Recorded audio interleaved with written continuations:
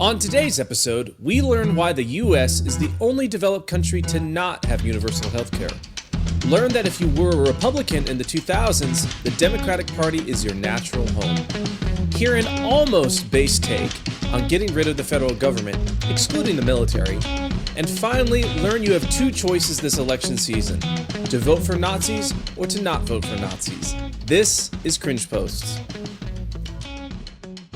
Hey friends, welcome to this episode of the Cringe Post podcast. This is the podcast where we gather the cringiest political and cultural takes that we see in our feeds each week.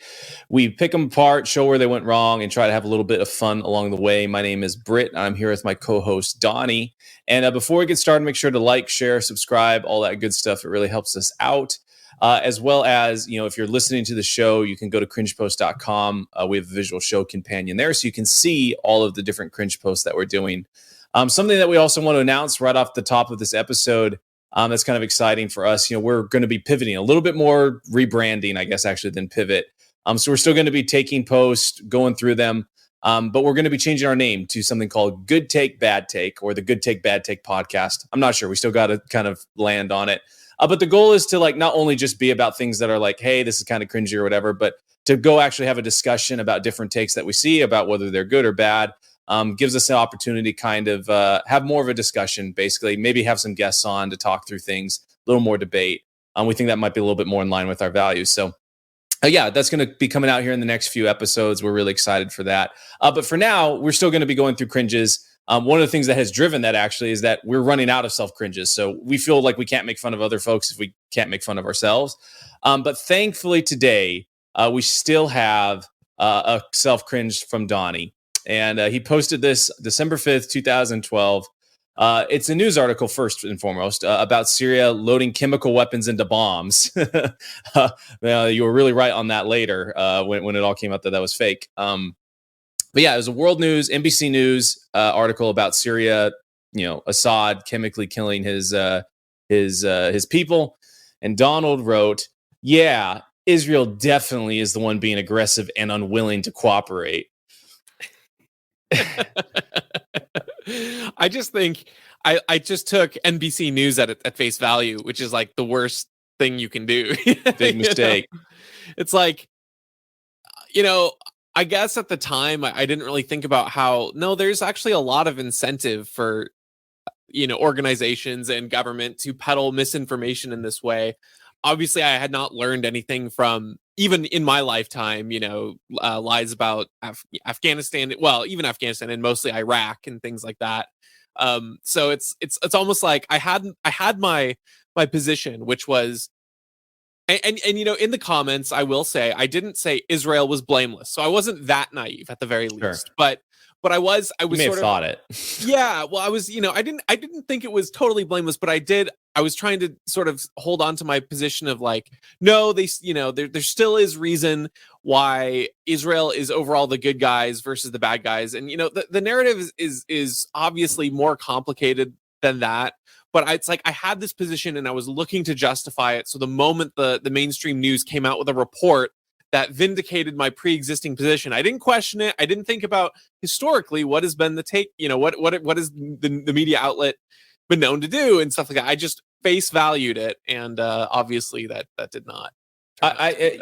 Dave Smith and Scott Horton have really good bits on the whole Assad chemically poisoning and killing his people thing. And it's this ruler who was smart enough to ascend to rule a pretty chaotic place was told, don't do this, don't cross the line of chemically gassing your people, or else the U.S. is going to have to get involved on a humanitarian mission.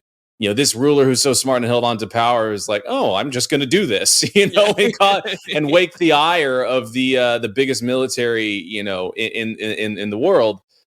It almost seems like maybe that didn't happen, just like a lot of the stuff happened with Kuwait and the killing the babies in the incubators and all that stuff. It's almost like maybe we had a reason, and Syria was maybe on a list somewhere about places we wanted to invade that was given to a president. But yeah, I mean, I was the same way. I was very pro-war and very pro, Israel can do no wrong. And, Israel is always the victim, and all these different things. And I think there's compelling arguments for that, but it's not.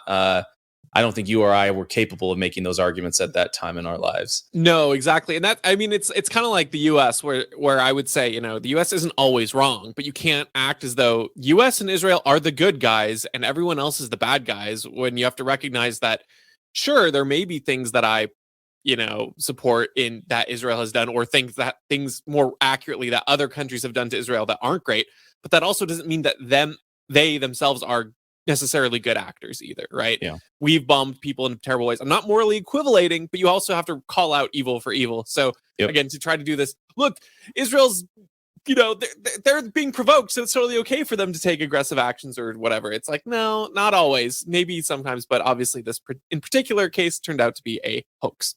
Did you ever go to those at school when they had these Israeli soldiers come and give a presentation? No, I know of it, but I didn't actually ever attend. They did it a few times. It was actually kind of cool because it's like, oh, these are people from halfway across the world, but it's just pure like saying their propaganda. And it's like, I have no doubt that these soldiers like maybe were good or not good people. I don't know them, but they seem perfectly nice. But it always struck me as funny. It's like, oh, like they come from the standpoint that Israel does no wrong. There is totally blameless. Every scenario can be explained by this or that. It's like, dude, even even the most virtuous country that goes to war or is in a conflict, like you have bad people that do bad things and you have people with bad interests. Like no one is blameless. And that's why war should be avoided at best at all costs. And we'll have some takes on those here in a little bit. Exactly right. All right, moving on to our first, not one of our cringes. We've got this meme that we've seen kind of go around, and it says, universal healthcare is such a complex beast that only 32 of the world's 33 developed nations have been able to make it work. Very much echoing, the Bernie Sanders line that, we're the only developed country in the modern world that does not have single payer healthcare. The thing about this that really irks me is, these folks will say stuff like this and like, oh, we need universal healthcare, and Norway and Switzerland and the UK and Canada all have it, and we're the only developed country that doesn't have it. It's like they neglect, like they jump from universal healthcare all the way to single payer healthcare, like that, and it's like they assume every single country has single payer healthcare. That's not true. A lot of these countries, yes, they have some form of universal healthcare, but it's not single payer. It's multi-payer. For example, Sweden allows people to privately purchase insurance. Germany encourages competition. The health minister there actually said, hey, competition's necessary for a healthcare system to work, because the only way for things to get better is for there to be competition. And if it only solely relies on public outrage, it's never going to actually get better, because basically things have to get so bad that the public gets angry about it. There's no drive other than that. We had a guest on from Canada a few months ago, and he told me to go to the Alberta healthcare system's website to see the wait times for surgeries. And at the time, one of my family members was going to receive a life-saving heart surgery.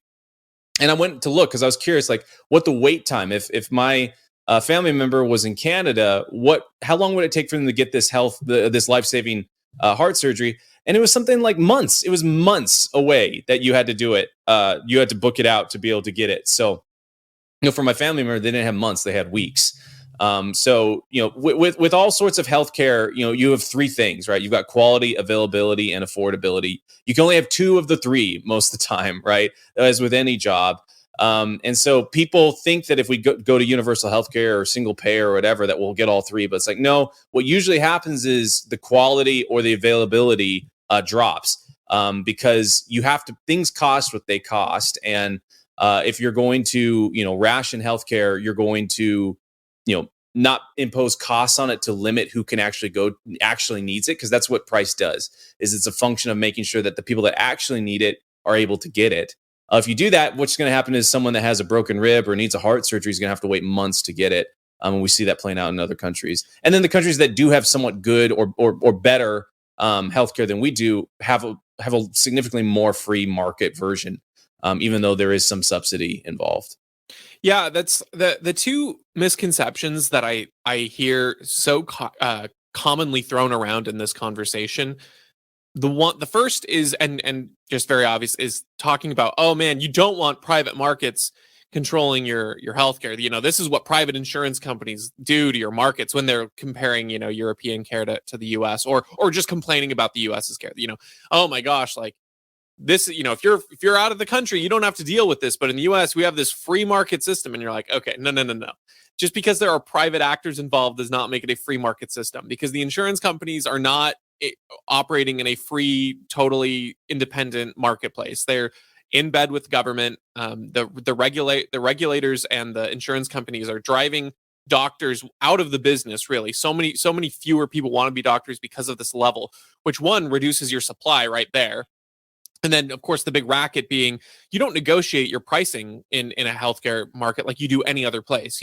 If you go into a supermarket and you see bananas, they're like 99 cents for a pound. And you're like, great, I know what I am paying for this thing, and I will choose to buy it or not. And shoot, I mean, in some places, the smaller chain, you might even be able to negotiate a little bit, all right? Or companies will offer incentives, like they'll put things on sale. Of course, that never happens in healthcare because they don't. The regulatory burden is so bizarre, and the laws are so weird that you oftentimes, even if your doctor wanted to tell you the cost of something, they couldn't tell you the cost of something until the insurance company gets it through them. And so since there's no accountability to the consumer, the insurance company is going to make it cost more. So then the hospitals will want to make it cost more. All this insane thing, I think I mentioned on the show before, but I recently just got a CPAP machine because I have sleep apnea. And when I got my test back that said, yeah, you meet the medical threshold for need for this thing. I asked, okay, well, how much will it cost? And they're like, well, we can't let you know until we place an order. So they had to spend my money before I could agree to the terms. And even still, it's actually kind of funny because I have no say in this, but they cover X percent after my insurance if I've met my deductible. But this only works if I use the machine 4 hours a night, 21 days out of the month. Do they track it? Yeah. So they have monitorings and stuff. And then I have to do that for 9 months, and then I own it. So it's like even in if I for whatever reason stopped using it, even if I'd sunk all this money into it and paid, I don't own the thing. So regardless, all these rules and all these things, it is not a free market. It's not privately run. It's this awful mishmash of centralized power in the government and then pretty centralized power in these insurance companies as well. So don't make that mistake. Second, and this is the way more casually thrown about one, a lot less politically charged, is what you mentioned, which is the wait times. People don't think about that in terms of a cost necessarily, and they don't often bring up the fact that time is a resource as well. So I was racking my brain when I was going into this episode, because I can't remember what it was, but I was watching a piece of content, like a YouTube video or a podcast or something, and it was not a political thing. It was like just an entertainment thing, I'm pretty sure. And there was a foreign guest, and I wanted to say he was from like a Scandinavian country or a European country. I don't remember that. It was in a country where the healthcare market is socialized, and they were talking about some incident that this guy was in where he had to go to the hospital, and he just casually mentioned, he's like, yeah, well, of course, healthcare in my country is extremely slow, and blah blah blah blah. And then just the conversation kept right on going. And it's so funny because if this had been a quick aside about American insurance, where they said something like, well, the insurance company, of course, that delayed everything, there'd be some remark, there'd be some pithy saying, oh, of course, why don't we have social? and moving on. But even in these casual conversations, they'll admit things like that, where it's to say, oh yeah, our social healthcare system actually has a huge fundamental flaw in it that's broken.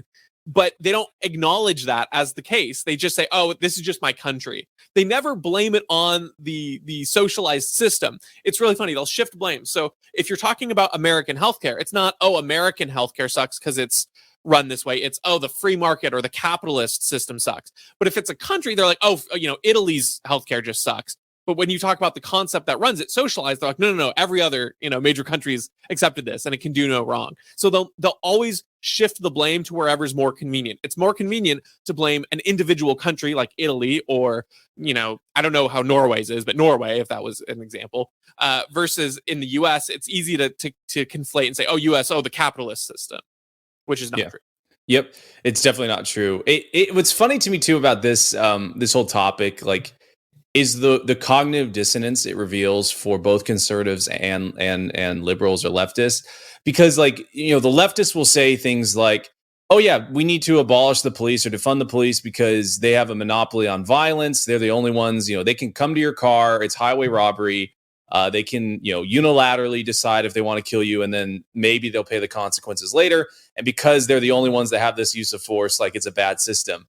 And the conservatives will get all angry about that. And then they'll turn right around and make the same argument about healthcare. And they'll be like, hey, healthcare, it's going to be bad. Like, we need to have competition. We need to have, innovation is spurned by competition. And we need to be able to have, the freedom of choice. And, if your healthcare provider is not giving you what you want, you should be able to go choose another one and all this stuff. And so it's always just really funny how both sides, like, will apply this logic to whatever their pet topic is, but they don't actually, fully realize the principle. Absolutely right. All right, moving on to our next one. We've got Bill Kristol. Oh, man. He's tweeted out an article. Joe Biden just crushed China's semiconductor industry, with Joe Biden having laser eyes, Dark Brandon or whatever they're calling him. And he tweets out, commenting on this, quote, let's pretend that you were a Republican in 2000 and you cared about robust foreign policy, the spread of democracy abroad, the rule of law, free trade. Well, guess what? The Democratic Party is now your natural home for those priorities. This is almost accidentally based in a way, because it's Bill Kristol basically saying, yeah, all those things we said back in 2000, the war hawks are the same and consistent, regardless of whether it's the year 2000 or the year 2022. The uniparty is real and alive, and he's admitting it, right? Like, that's what they mean by robust foreign policy. The other aspect of it that's really, really funny to me is it's like, I just love how he almost thinks that the 2000s and the Iraq war and Afghanistan and all this stuff was like a success. Like, where did we spread democracy abroad? Afghanistan? Like, go tell that to the people living there right now. Is it more lawful there right now? Like, when we pulled out and people were being killed by the Taliban? I mean, it's like we went in there to, according, what is that guy from Ohio, Tim Ryan? The Taliban attacked us. Right. They didn't. It was Al Qaeda, but he doesn't know the difference, right? Right. Which is pretty funny. But anyways, we went in there, liberated it from all the bad guys, and then we left and gave it right back to them. The longest war in American history was a flop, was a failure. We lost it. Is it more free trade over there? Like, I don't think so. Like, where has American foreign policy since the 2000s been a success? Where's it almost ever been a success when we're going out and trying to spread our democracy? Like, we've done none of that. We spread tyranny, fear. We spread bombs. We kill innocent people. So it's just so funny. I mean, you and I are both big fans of Scott Horton, and in his debate with Bill Kristol, he asked him. He said, where was the last time that you thought our interventionist foreign policy was yielded success? And he said the Balkans. And it's like, okay, so going north of 50 years ago, something so basically nothing since then. Trillions of dollars, thousands of American citizens' lives, millions of foreigners' lives, innocent foreigners being killed. It's just crazy, man, that this guy thinks that he has a leg to stand on, and that not only that, thinks it's something to be proud of. Yeah, well, and then, of course, and for anyone who didn't see that debate, Scott Horton went on to correct why the Balkans wasn't even a success. Yes. or a U.S. victory. Even if you granted that, it's still you still lose. Yeah, exactly. But it just cracked me up that he couldn't even see past. He's like, no, even you're wrong there. Even on your grounds that you like, you're wrong. Yeah, it's funny because I saw this and I thought exactly the same. It is accidentally based in the sense that you're almost forced to say that, either A, Republicans and Democrats really aren't that different, right? If you can just flip-flop and switch, then pledging a allegiance to a party makes literally no sense. And if you are still just voting based on party lines, I highly recommend you not, because that's a really goofy way to operate. With the exception of if you want to specifically try to break up like one party rule, I guess it makes sense. But even then, if you have, a Democrat that's voting with the Republicans, that's not going to do that, or vice versa. So whatever. But second, like you mentioned, he lists all these things as though the only good thing he lists in there pretty much is free trade. The rule of law one cracks me up because that one, of course, is a reference to this whole January 6th deal, which is just so goofy and overblown and ridiculous, obviously. Um, and it's like, all these accusations that I'd say, more extreme Republicans have made against the establishment neocons, that it's like, you are Democrats, you have everything in common with them. He's basically just saying, yeah, like it felt like years they were kind of fighting that and saying like, no, we're the real Republicans. These people are fringe. They're not. And now he's just saying, yeah, I'm a Democrat, basically. Yeah, the Democrats believe in all this stuff. And let's be real. Let's be real. The one good thing here listed here, the free trade, Democrats are terrible on free trade. Republicans suck too. But Democrats are terrible on free trade. They may be different, bad in different ways, but do not think that they are the party of free trade by any means just because Republicans have gone bad on free trade. Yeah, that's really interesting. Like they do not like free trade is like a bad word for them. Oh yeah. And so that's what's so interesting. And I think it kind of like shows you that there is like, there's like the extreme left and then there's the really extreme right. But like this, the mainstream or whatever, really is these folks, right? Like they have this, they love war, they love regulation, they love control, they love the Patriot Act. Like that's like the elite. Those are definitely the villains, right? Like I don't like what the far left says or anything like that. Don't like a lot of what the far right says, but we can all agree that everyone is being screwed by these middle of the road guys or self-proclaimed mainstream middle of the road guys. If the mainstream was spending us into debt and killing innocent people.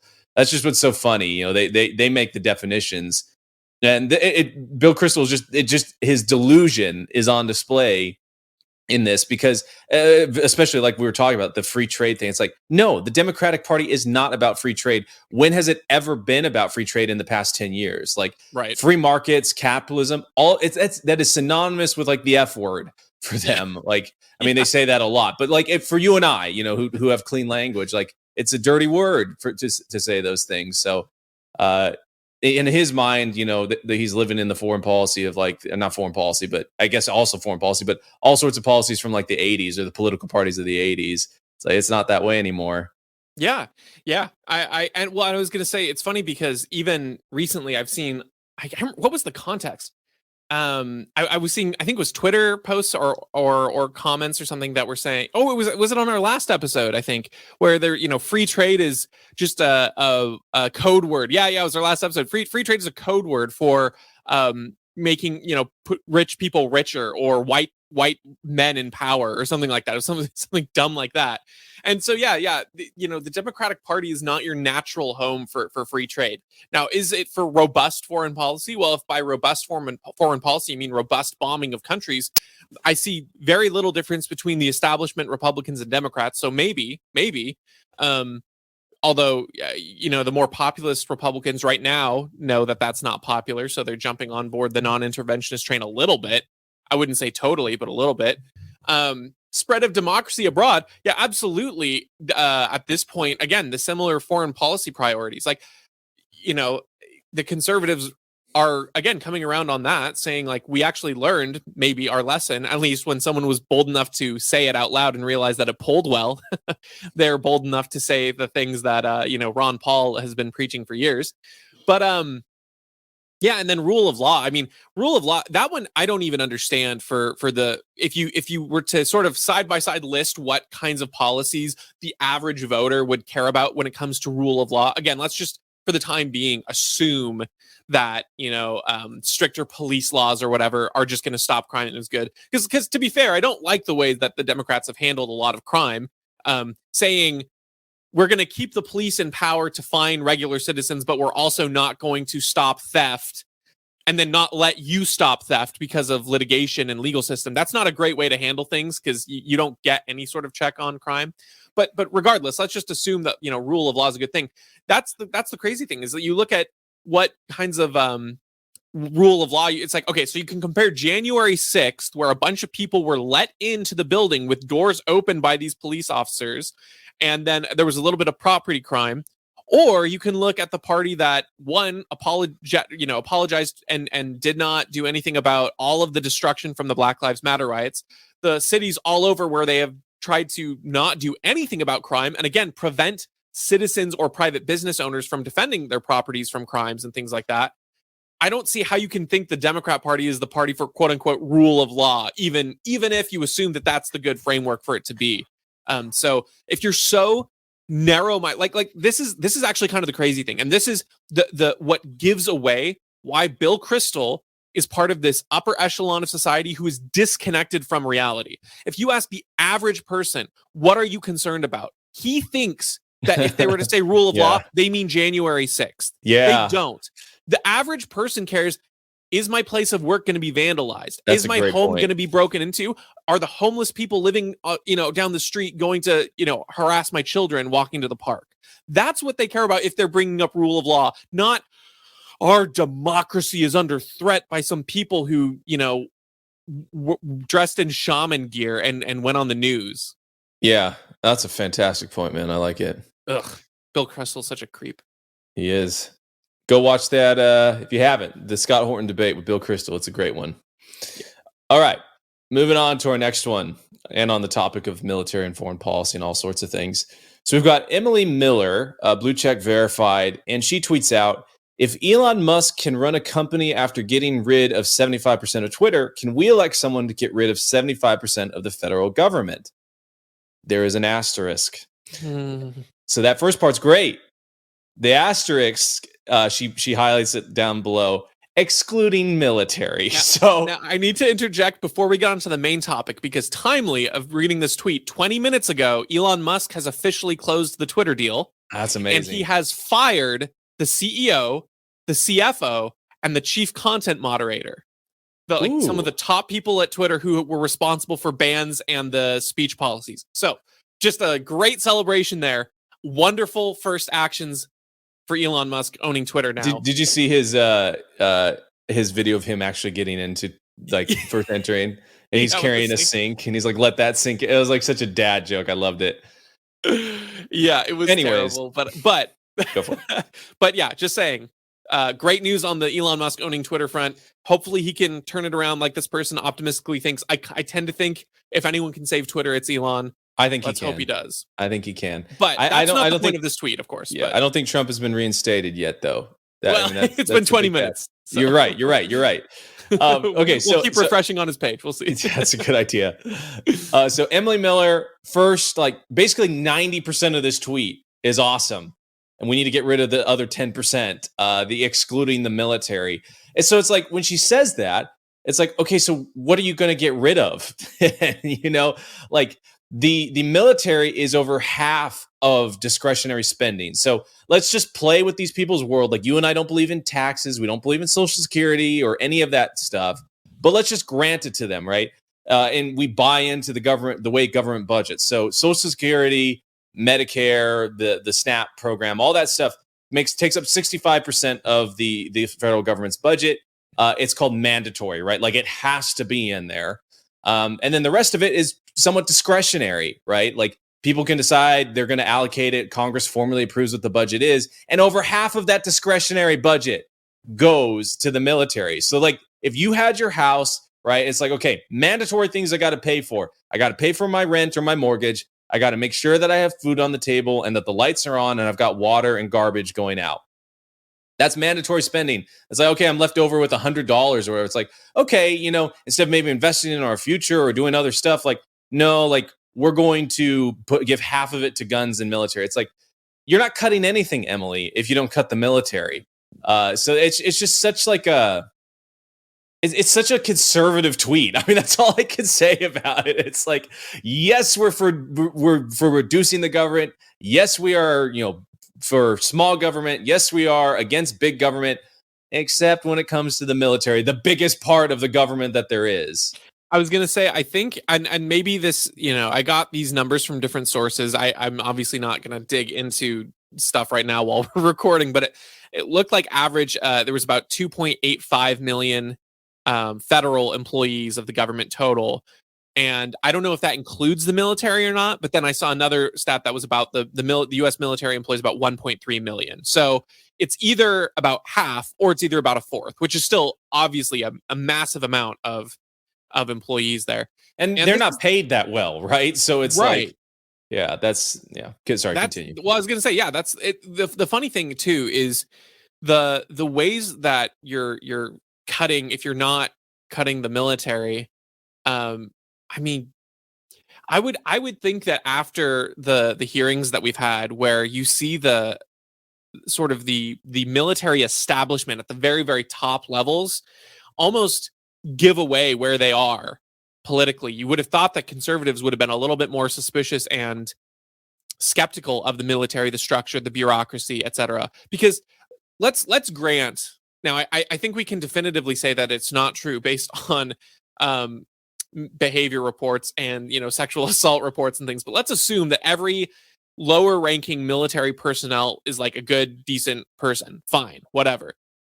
That does not change the fact that the higher up you go, the more bureaucracy there is, and the less of an actual military soldier you have, and the more of a person sitting behind a desk ordering people's lives that go around. And in every other area of the government, conservatives understand that that is not going to be conducive to a competitive, to a lean, to a in touch structure. They recognize that federal government is worse than state government, is worse than local government, right? It's is worse than the individual, things like that. But somehow this it's like the military got a jump on it and called it chain of command, and they're like, oh no, it's part of the military structure. So my son signed up to be in because he wants to help defend his country. He's a good person, and the military wouldn't. He's part of the military, therefore the military is good. And it's like, no, like you might know individual people who are doing things with a noble ethic involved. But the further up you go, the more you find people who are going to lie before Congress to send the people who have the good ethic off to die for causes that aren't worth dying for.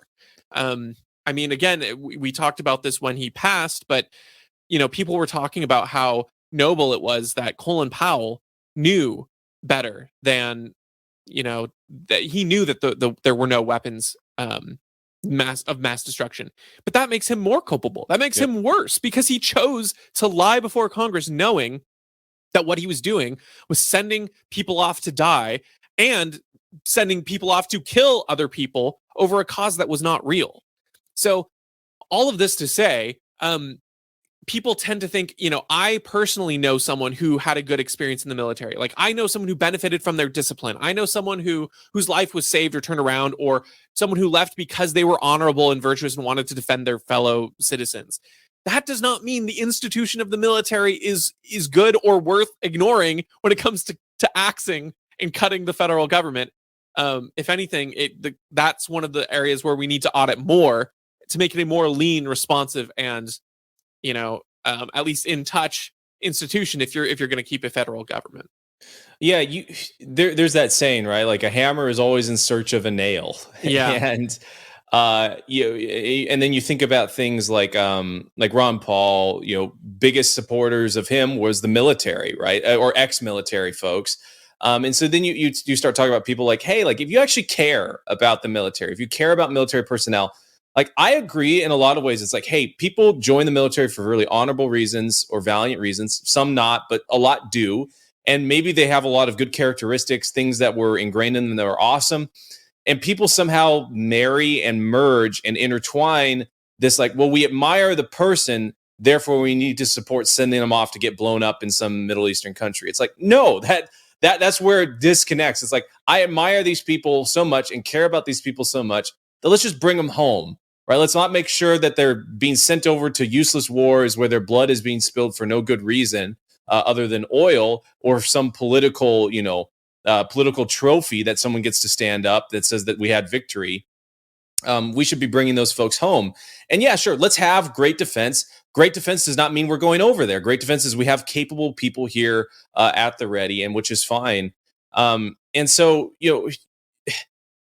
and with that, the hammer and the nail, all that stuff. It's like, what's the best way to guarantee that we get people back here. It's let's slash the budget. Let's make it so that it's costly and painful. And the only reason that you go over to do something is if you actually need to go do something.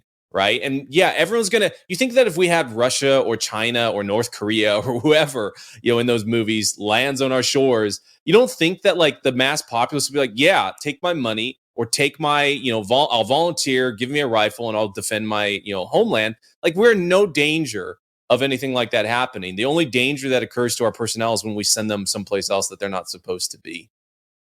That's absolutely right. All right, moving on to our next one.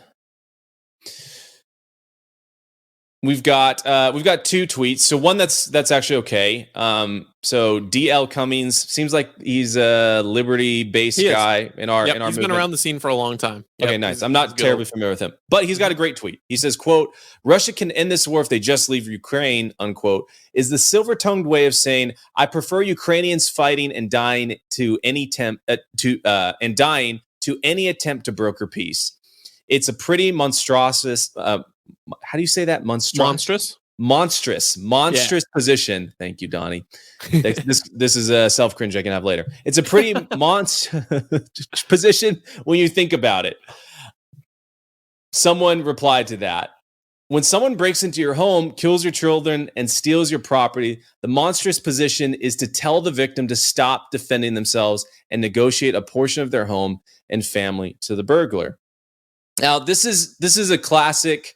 Not a classic. This is a common argument that you're seeing towards people saying and raising the alarm bells that, hey, maybe we should be working towards peace over there instead of, barreling head first towards nuclear war and tons of people dying.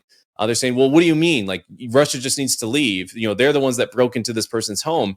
And like, that's sure. If that was actually what it was, then maybe you're right?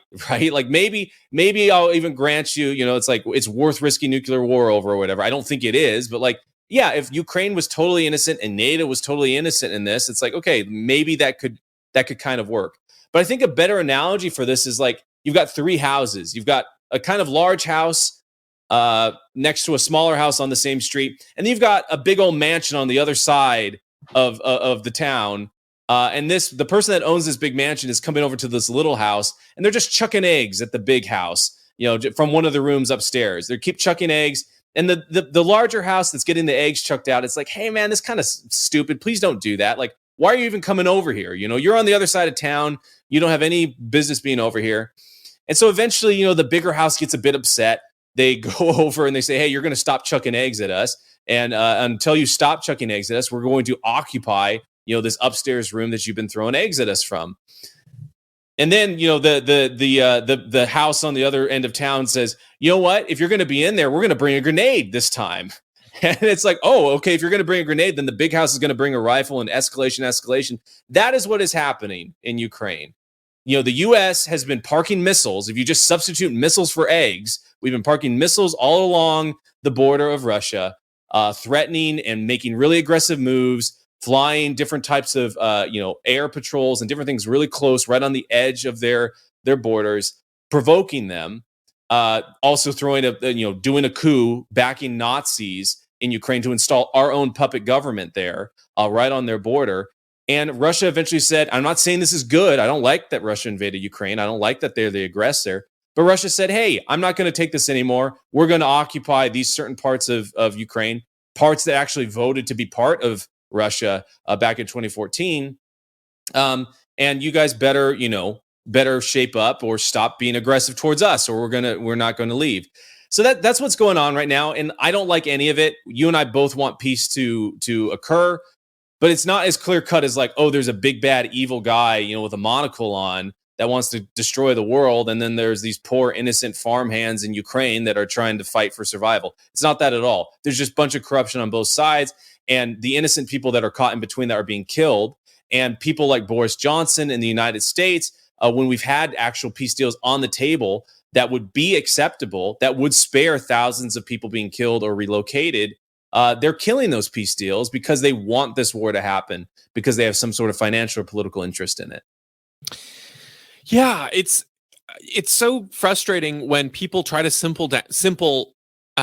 reduce this into a simple scenario of all Russia did was invade, and that was it. And there's been so much conflict between the two places for a long time, and it's not as simple as, oh, Russia just marched in one day. It's like when you have these Western powers surrounding Russia bit by bit and using Ukraine as a proxy, it's like, if anything, Ukraine is totally a victim, but we're just using them more in this scenario because we're using them as another proxy war against Russia.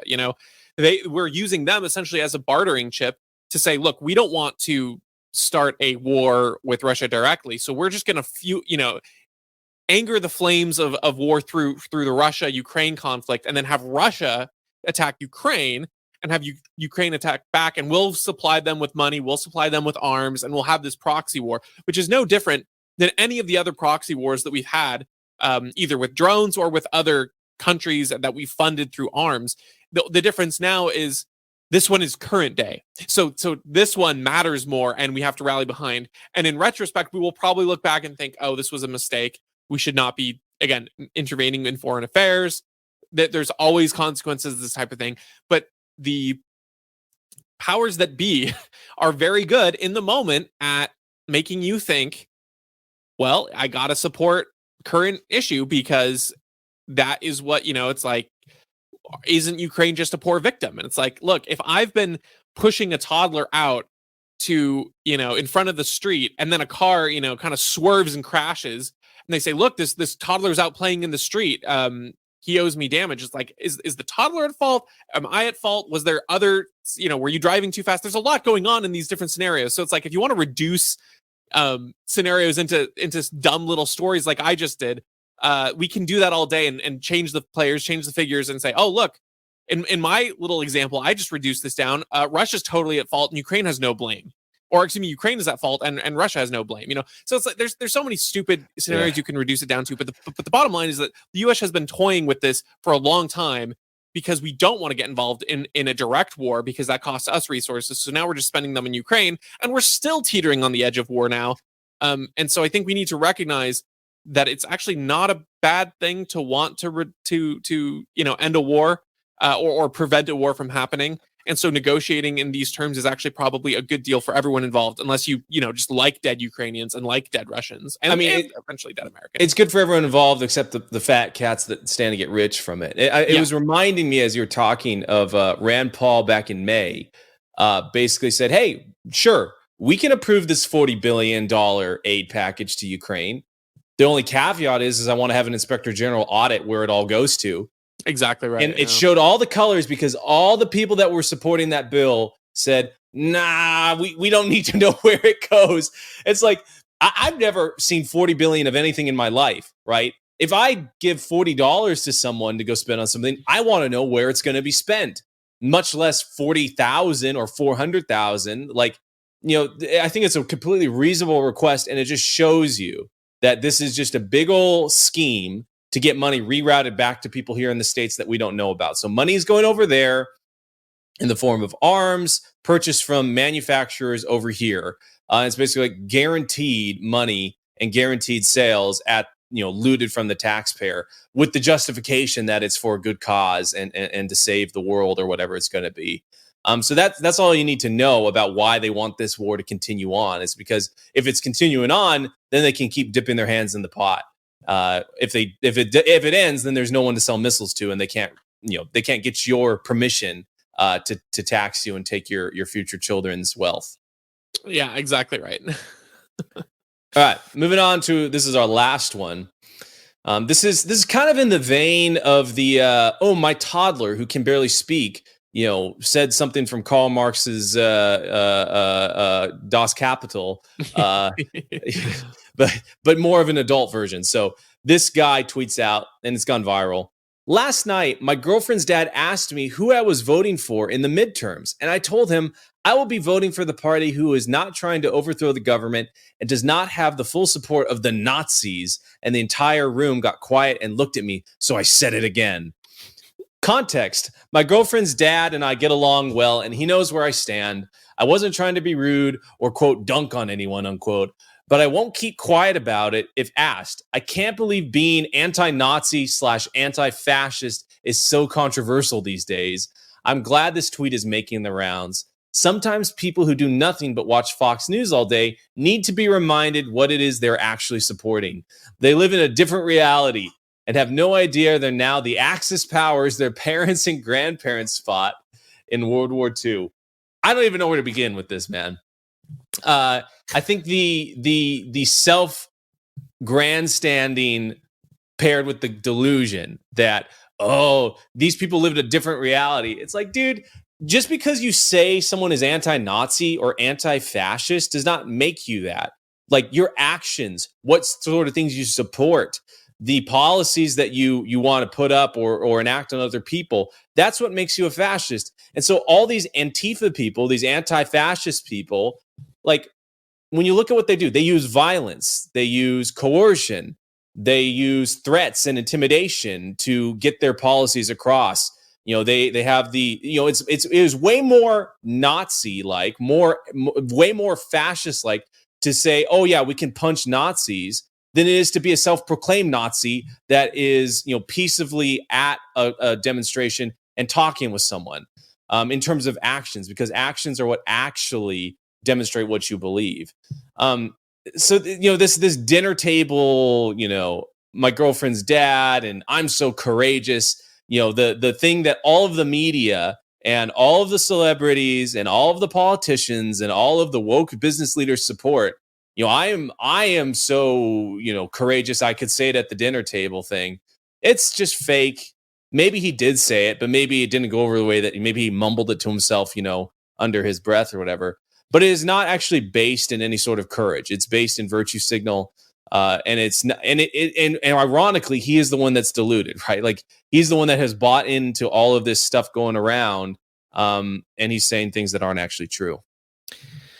Yeah, I laugh also at the the Nazi reference too, because when you actually polled Nazis, like self-identified Nazis, like, sure, there are some who like Donald Trump, but I would say that that's probably more to do with the fact that, one, there was media portrayal of him, overblowing and things that say, oh, look, he said that, racists were very fine people, which was not what he said, and things like that. And so it's like, one, that's one reason, but two, actually a lot of racists didn't like him because of, like, Jared Kushner, being in his family and him appointing him to things. Being a Jew. Yeah. So a lot of the actually self-proclaimed Nazis did not like him. And that's what I find so funny about all this is these people who like say you're literally, supporting Nazism kind of stuff. It's like, actually not really. Nazis did not like him, and I mean, again, some did, sure, but also you're not responsible for a support group. I wouldn't say, at least, that you're responsible for a group coming out and supporting you if you have no say in that, right? I mean, it's like the shooter at the Republican baseball practice. He was a big Bernie supporter. I don't think Bernie Sanders is responsible for him. I mean, maybe some people think that, but I think that's a really bad, dumb take.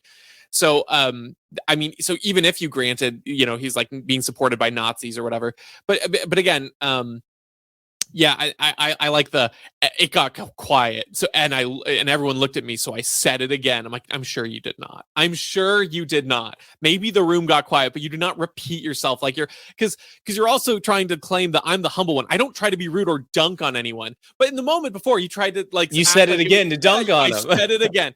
There would be no reason for you to do that unless you were specifically trying to provoke some kind of response. So either you did that, and you're not this humble person you think you are, or second, more likely, you actually are this way. I tend to believe this person's being self-described as, I don't bring this up unless someone asks me. I actually kind of tend to believe that because it's a lot easier to be bold online. So I'm guessing this repeating yourself thing did not happen. That was just a little flair you added. Yeah. And again, this person talking about how sometimes people who do nothing but watch Fox News all day need to be reminded what they're actually supporting, like the Nazis.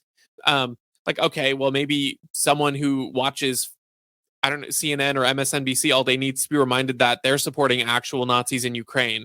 So yeah, where did you learn what they're actually supporting? Oh, I learned it from NBC, or CNN, right. Or worse yet, even like Twitter. I mean, you probably saw like a post like this, of the same vein, and there's obviously you can only do so much research per day, but people act like they are the experts, and it's only these dull idiots that are getting their news from a source that I don't like.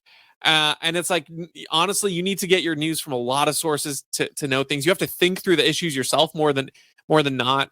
And I mean, that's why like an accusation of supporting Nazis is it's such a banal claim, because unless you can demonstrate, say, look, you're supporting X policy that he put into place. Like, why do you not like Trump? Well, I don't like Trump because he specifically did not overturn a lot of the judicial precedent that the Democrat administrations before him had set, that he could have, that he didn't need any other administration, bureaucrats or politicians to do for him. He left a lot of that alone. Like, that's a specific policy thing. You can say that was a bad action. And then if they need to explain why, you can say, well, because when you allow for more judicial control over things, you actually have more, power being aggregated by bureaucracies or by judge positions that aren't, very accountable, and you have more people dictating rules that whatever. You can make arguments for these things, but when you just label and say, oh, this person's supported by Nazis, one, you're not even arguing a position, therefore. Two, you're not even arguing that they have those positions. You're arguing that people who hold those positions support this person. Yes. So it's so many levels detached.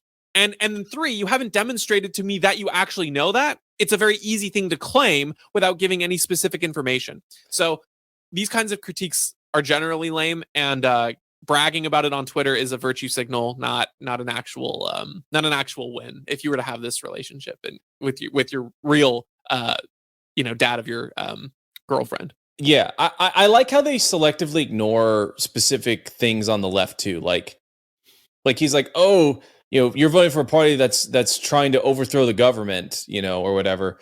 That's like, man, like they use the dreaded January 6th stuff. It's like, you realize like there are multiple very similar versions of that occurred on the left. I can't remember. It was a date in May of 2020, and President Trump had to be put in a bunker because they were so scared that these folks were going to come. This Antifa, anti-fascist people were going to come in and potentially kill him or pose some sort of threat to him.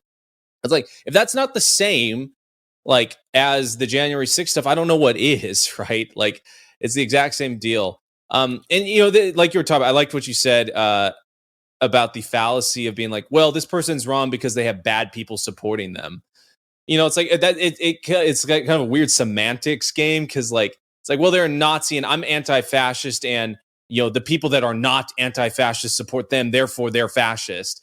It's like, oh, that's just a big old trick, and I could play it right back on you, right? Like, Nazi was the Nationalist Socialist Party, right? And you describe yourself as a socialist, so that must mean you're a Nazi. As like disingenuous as that is, it's the same thing, right? I feel stupid making that argument, but that's how stupid this argument is.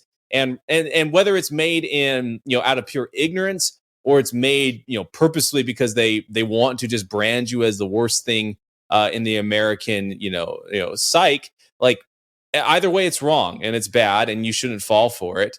It's a really, really, really awful and bad thing to say. And I think that, like you're saying, that the general flow and cadence of a dinner time conversation does not flow the way that he's laid it out.